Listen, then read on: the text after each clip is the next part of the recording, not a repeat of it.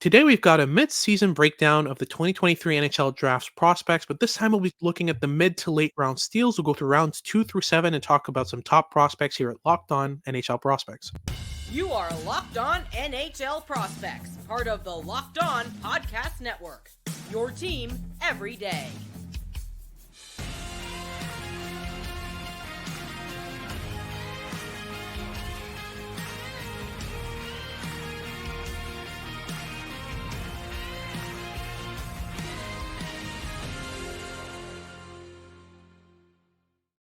Hello and welcome back to Locked On NHL Prospects, part of the Locked On Podcast Network, your team every day. On this podcast, we break down everything prospects related for you 5 days a week, Monday to Friday. I'm Hadi Kalikesh, joined by Sebastian Heidt, and on today's show, we'll be breaking down the mid-season updates on rounds 2 through 7 of the 2023 NHL Draft prospects. We selected a 21 prospects to break down for you, update you on what they're doing in their respective leagues, and talk about their progression over the past half season. So in the first segment, we'll talk about picks, about the pretty much the second round exclusively. We've got a lot of prospects to go through there. In our second segment, we'll go through rounds 2 through 3, and then in our final segment, we've got the rest of the draft. So picks rounds 4 through 7. Before we get into any of that, though, today's episode is brought to you by FanDuel. Make every moment more. Right now, new customers can get $150 in bonus bets with any winning $5 moneyline bet. That's $150 if your team wins. So visit FanDuel.com/lockedon to get started. If you're watching on YouTube, make sure to like and subscribe. Leave us a comment letting us know what you want us to talk about next. And if you're listening on your favorite podcasting platform, make sure to make us your first listen of the day. So let's get things started right away. We've got pick number 34 of the 2023 NHL Draft, Gavin Brindley of the Columbus Blue Jackets. 25 points in 20 games, and he's developing great chemistry over in Michigan, right? Oh yeah, him and Frank Nazar have been fun to watch recently. Rutger McGordy as well. There's been some real chemistry brewing there in Michigan, which is nice to see because a bit of a slow start for them, getting used to life after Adam Fantilli, which Yep. made things a lot easier for them last year, obviously. And But Luke Hughes. Gavin Brindley. Yes, of course. Sorry, can't forget him. Got some Yep. pretty good players in that team last year. But Gavin Brindley's been excellent at the World Junior Championship. I thought that he was one of the state's best players. He was quite clearly a top 5 player in that team, and that was a very, very, very good team with some pretty elite players in there. So the fact that he was able to stand out, especially as a goal scorer in that tournament, really also speaks to his versatility, because there have been stretches where he's playing a big playmaking role and he does that very well. He can play the checking role and does that very well. He can play the play driving role. He can do that very well. And Yeah. it'll be interesting to see where exactly his niche is, because he likely won't be an NHLer who does all those things equally well. He's going to probably find certain things that he becomes more comfortable with time. But the fact that he can really be developed into any mold of player imaginable still at this point in time is very exciting for the Blue Jackets. And it won't take very long for him and Adam Fantilli to be reunited in that CBJ lineup. So Yeah. I'm very excited to see how that chemistry restarts when that occurs. Absolutely, that'll be really fun to watch. But then at 36, we've got San Jose picking Kasper Halttunen, a big goal-scoring winger who's been doing really well since his move to London. Started off really weak over in Sweden with Oskarshamn, and got moved over to the London Knights and has been really good since. 17 goals in 30 games, 33 points, and he's really become their power play sniper, which is exactly the role you want from him. Just drop him at the half wall and have him just snipe shot after shot after shot. It's gonna go in, and it's been working fairly well for him. Then at 40th overall, Andrew Cristall to the Washington Capitals, a player that I had in the 10 to 15 range, went 40th Yeah. overall. And get this, 70 points in 34 games for the Kelowna Rockets. Absurdity, just absurdity. And I think part of it is finally having a linemate that can put the puck in the back of the net in Makes Tija a Ginla. difference. Absolutely. But yeah, overall, just, the defensive game is never going to be really his strong suit, and it hasn't really improved over the past half season. But he has 70 points in 34 games. I don't care if he doesn't play defense. He's over 2 points a game right now in the WHL. It's absurdity. Then at 41st overall, Trey Augustine of the Detroit Red Wings. Great numbers for Michigan State. He's got a 13-3-1 record for them in 19 games played, 2.81 goals against average, 919 save percentage. And watching the games, those numbers don't even reflect how good he's been. He's been ridiculous for them. Just backstopping shot after shot, breakaway after breakaway. That defensive core, they have a couple of really good prospects. Obviously, Artyom Levshunov is going to be one of the top prospects from the 2024 draft. They've got Maxim Szczerbak, who's one of Slovakia's top players. But those two guys are prone to defensive mistakes. And Trey Augustine has been keeping Michigan State in game after game after game. He's been a really key player for them. Then at 50th overall, probably one of the best OHLers right now, and Carson Raycop, who was picked by the Seattle Kraken. What do you think of his game? Rakoff has been incredible this season. I believe he still leads the OHL in goals. He's been extremely impactful with 37 goals and 63 points in 34 games. He's over a goal a game. Yeah. Good, to put it lightly. I think that in a redraft, he's a player that would probably be going top 20 already. Yeah, like he was a guy that I remember watching last season at the beginning of his draft year, and it was like there are all these tools, but it's just not going together. It's not working. Nothing was working for the Kitchener Rangers last year Yeah. at all. Like Philip Meshar was struggling in that lineup. Hunter Bruce Davis was struggling in that lineup. And now everything in that organization is clicking, and all those three players are now playing some like the best hockey of their careers, respectively. And Raykop has been the star of that team. So I think Seattle fans can be very excited about adding a high-end sniper to their lineup in just a couple seasons. And does it mean that Seattle has the best sniper in both the OHL and the WHL with Jagger Firkus and Carson Raycop respectively? That's an unfair 1-2 punch, that's for sure. But moving forward, we've got another Seattle Kraken prospect who was picked 2 picks later. Oscar Fisker Mollegard, a Swedish prospect. Is he Swedish or Danish? He's Danish. He's Danish. He's Danish. That's right. He plays in Sweden. He's got 11 points in 34 games in the SHL, but he has 8 points in his last 10 games. He's been on fire for the last couple of games. So really, really good production from him. Top 6 minutes too. Top 6 minutes as well in the SHL, which is not an easy feat for a draft +1. We were right to be excited about this prospect. And yeah, I've loved everything I've seen out of Oscar Fisker Mollegard. Reliable, defensively responsible, offensively skilled, really good at connecting plays in transition. There's so much love in his game. And then to close things off for our first segment, we've got Lenny Haminaho of the New Jersey Devils, who was picked at 58th overall. He's got 18 points in 28 games in Liga. Oftentimes the best player on his team, and a player who I wasn't really sold on in his draft year. And I remember our director of European scouting last year, Eetu Siltanen, wasn't really high on his game either, right? Like he wasn't a big fan, but the more you watch him, the more you see just a complete player. Obviously his skating is quite honestly bad. But outside of that, like he's a complete player, right? He is. He's definitely grown a lot in the last year. Like I was quite impressed with the viewings I got of him at the World Juniors this season. I thought that he was probably Finland's most consistently like dangerous offensive player in that tournament. And while it was a weaker Finnish lineup than they usually bring to the World Juniors, pretty impressive for Haminaho, especially as a like late second round pick. Like that's not bad at all. Yeah, he's been great overall. But that wraps things up for our first segment. We'll be talking about, pretty much the second and third rounds here. In our second segment, we'll break down the prospects that are doing good from those rounds. We'll get into that right after these messages from our sponsors over at Indeed and FanDuel. If you're looking to hire, you need Indeed. Indeed is your matching and hiring platform with over 350 million global monthly visitors, according to Indeed data, and a matching engine that helps you find quality candidates fast. You don't have to do a bunch of work. You can use Indeed to schedule, screen, and message all in one so you can connect with candidates faster. And Indeed doesn't just help you hire faster. 93% of employers agree Indeed delivers the highest quality matches compared to other job sites, according to a recent Indeed survey.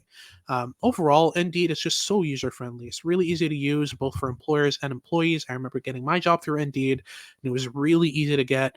And Indeed is the type of thing where you don't really use it until you need it as an employee, but as an employer, it's such a consistent tool to help you get quality hires.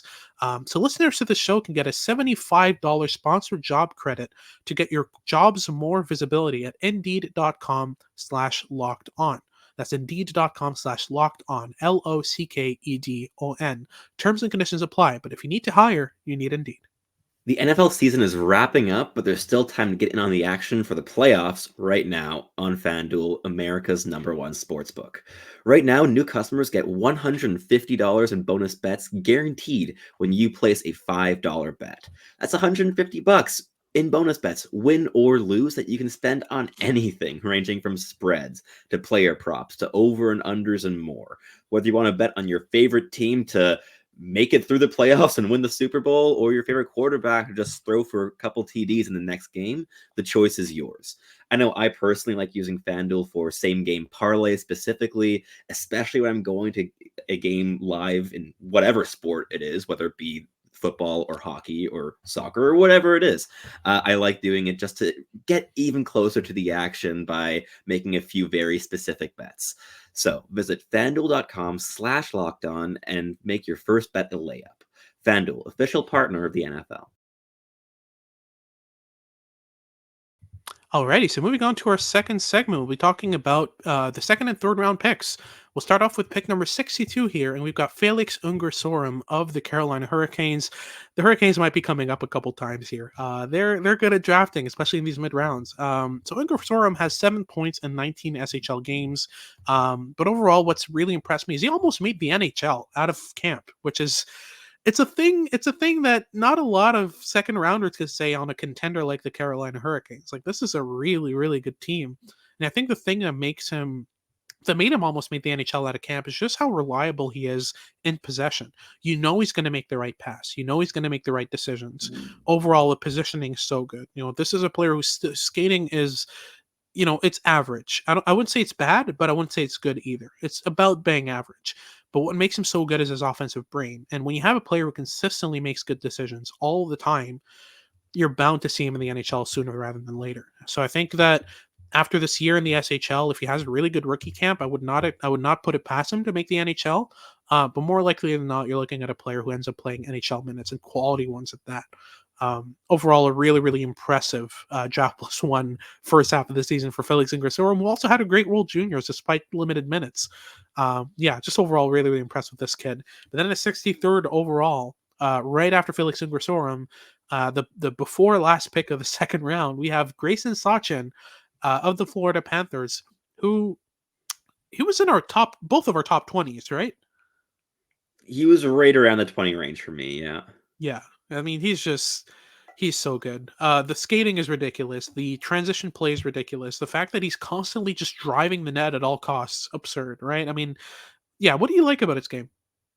He is so incredibly high pace. It is very fun to watch, and he combines that with a high level of skill, especially as a puck handler. His handling ability was one of the best in the entire 2023 draft class, and to that he adds also very impressive playmaking. So when you have a player who has something that I appreciate a lot, which is a very, very clear identity that he's very, very, very solid in, which is as a high pace, high intensity, like forechecker and player with the puck, where he's a high-end handler and playmaker. It's a very, very streamlined style that is kind of like no BS for junior hockey. Like, you rarely see junior players that are already just like so specific in what they do when they do have that high level of skill. Usually the high skill guys are trying to do a bit of everything.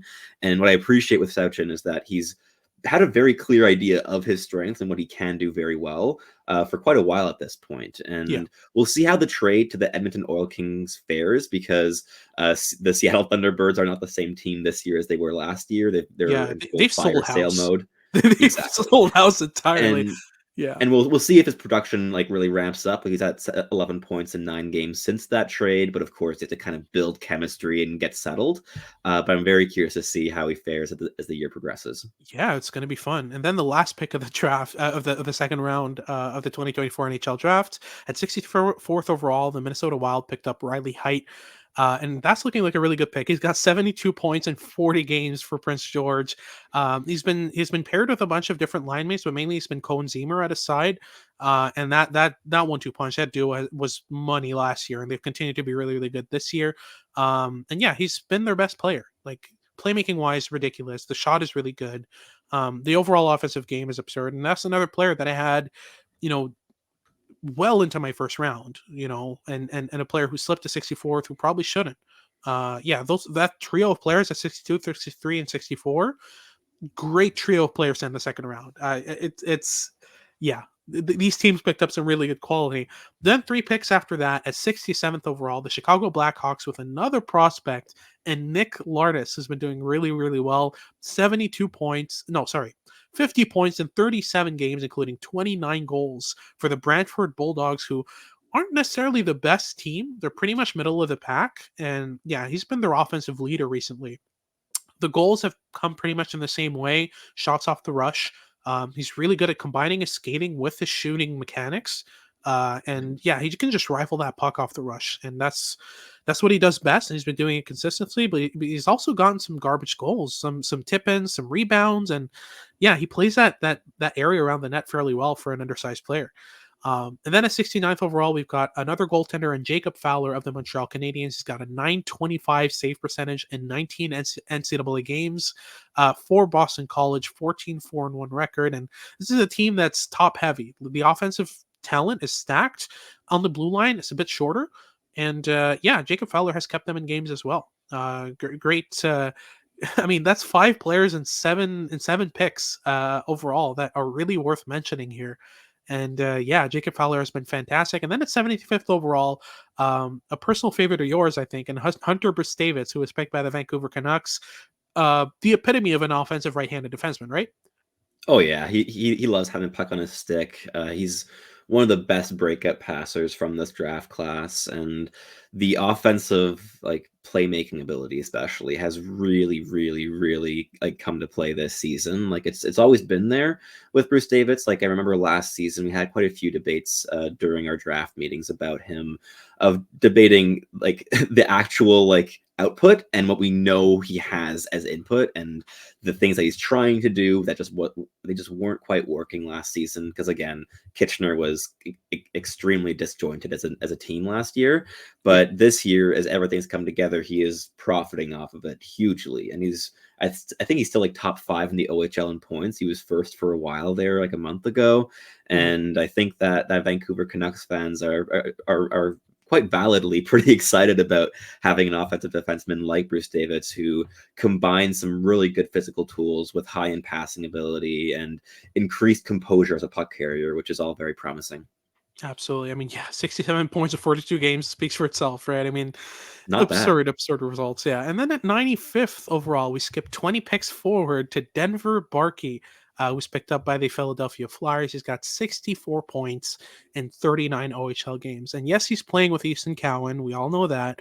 But he's in isolation. What he's doing is absurd. And he's continued to be just a buzzsaw of an offensive player, right?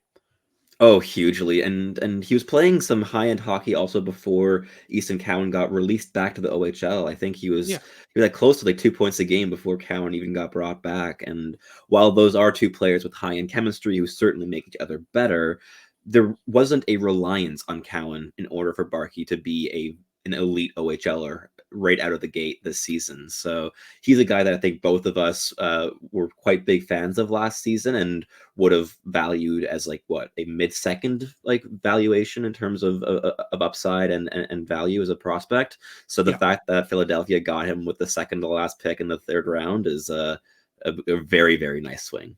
It's great work from them, absolutely. But that wraps things up for our second segment. Before we get into our third, a quick message from our sponsors over at Jace Medical. I know we come to sports to escape some of the crazy realities of real life, but can we just talk for a minute about preparing for real life? According to the FDA, pharmacies are running out of antibiotics like amoxicillin right in the middle of the worst flu season in over a decade. That's obviously very scary. I can't imagine a more helpless feeling than if a family member of mine or if a friend of mine were to get sick during a supply chain issue. Supply chain issues are one of the only things that's really out of our control, and Jace Medical helps mitigate that risk. The Jace case is a pack of 5 different antibiotics that treat a long list of bacterial illnesses, including UTIs, respiratory infections, sinusitis, skin infections, and a bunch more. this stuff could happen to any of us. It happened to me recently, and trust me, I could have used some antibiotics on the fly there. So yeah, overall, Jace Medical is a great option for that, and it's a great option, especially if you travel. It's a package you can take with you anywhere. So visit jacemedical.com and complete your physician encounter. It'll be reviewed by a board-certified physician, and your medications will be dispensed by a licensed pharmacy at a fraction of the regular costs. It's never been more important to be prepared than today. So visit jacemedical.com and use offer code LOCKED ON to get $20 off your first order. Check it out. Alrighty, so let's close things off. We've got rounds 4 through 7. We'll be talking about a selection of 7 prospects we've picked from that range, and we'll start with the 100th overall pick, again by the Carolina Hurricanes, Alexander Rykov. Talk me through his production and his play so far in the VHL, which is Russia's second division of pro hockey. He's been doing really, really nicely. He's played 26 games so far. He's gotten a couple KHL games as well, where the production's a bit less impressive. But through 26 VHL games, which is the second tier of pro hockey in Russia, he has 24 points, so almost a point a game as a D+1 in that league, which is quite rare. You rarely see that level of production from players in that league that are like U20. So definitely something of note, especially considering that one of Alexander Rykov's bigger strengths is his off-puck and defensive games. So that production coming from a player who is quite clearly a two-way piece, who is quite a methodical player. He likes to build up play quite slowly. He's not like your cowboy-style player who might put up those types of results typically. Which makes it far more intriguing for Carolina fans as well. So Rykov was a player that I think I liked a decent amount, maybe slightly more than where he was picked here at 100th overall. I thought that was maybe like 20 to 30 slots lower than he should have gone. But even for like an 80th overall selection, the production here is very impressive. So I think that Rykov is certainly an interesting one. And just 10 picks after that, we see another player out of Russia who's playing some very impressive hockey, who's a couple years older. He was an overager. Montreal picked Bogdan Konyushkov at 110th overall in that 4th round. And at 21 years old now, he captains Torpedo Novgorod, is their number 1 defenseman, and is at almost half a point a game with 22 points in 50 KHL games. And that's with a slight rut production-wise in the last 10, where he has, I think, like 2 points in the last 10 games, and is still at just around half a point a game. So he's been quite impressive. And I know you're a little bit less optimistic about him than I am. I see like maybe number 4 upside with a likelihood of like number 5 defenseman in the next like 2 years or 3 years when his contract runs out in Russia. I think he'll be a player that like quite quickly just comes over and plays solid depth minutes. But what do you see in Konyushkov specifically? No, that's exactly what I see. There we go.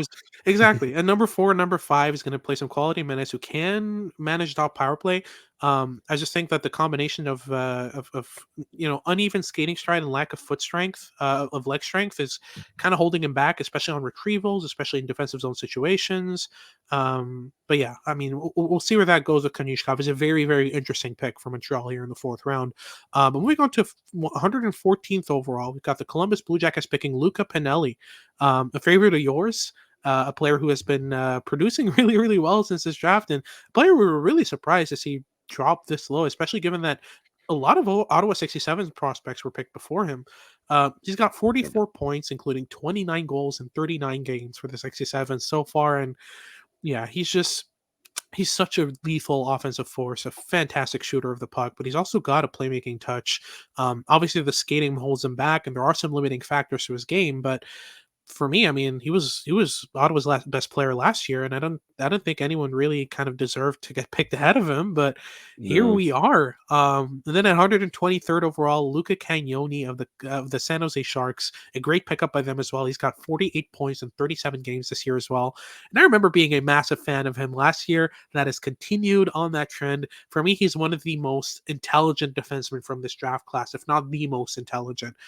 His offensive brain and his defensive decision making are high end already. And I love a player with that base, because you can build a lot off of that. You can build a really, really good player off of a base of intelligence. And we saw it with Felix Unger Sörum when he almost made the NHL out of his draft year. So yeah, I mean, you were talking about a player who has these qualities, this intelligent quality to him, and could develop his defensive game even further. The main limiting factor for him is his skating. It's a bit the same as Konushkov, but for me, Cagnoni has so much more intelligence than Bogdan Konushkov, on top of having some really good playmaking elements, which could combine to make him a really good offensive defenseman who can still hold his own defensively if he's developed well. But then at 129th, the favorite of both of us, Rodwin Dionicio of the Anaheim Ducks. Take it away on him. He's been doing pretty well, right? He has been. The production's been a little bit lower than last season, but last season he was playing with Shane Wright, so that's understandable. And he was playing like a quarter of his games as a forward, which he hasn't been this year, which also improves production, obviously. But so far this season, he has 31 points in 31 games. It's his final season in the OHL, and he got traded this year. Like he's played like the last 10 games or so with the Saginaw Spirit since that trade, and that is a powerhouse of a team. That's a wagon. And they're going to host the Memorial Cup this season, so that's going to be fascinating to kind of keep an eye on. So Dionicio is probably going to be their number 1 or number 2 defenseman with Zane Parekh, which is a lethal combination of 2 players if you're thinking of like offensive player. That's not fair. It's not as a first pair. That's just unfair. It just oh my goodness. Playmaking per 60 is going to be off the charts, going both directions there.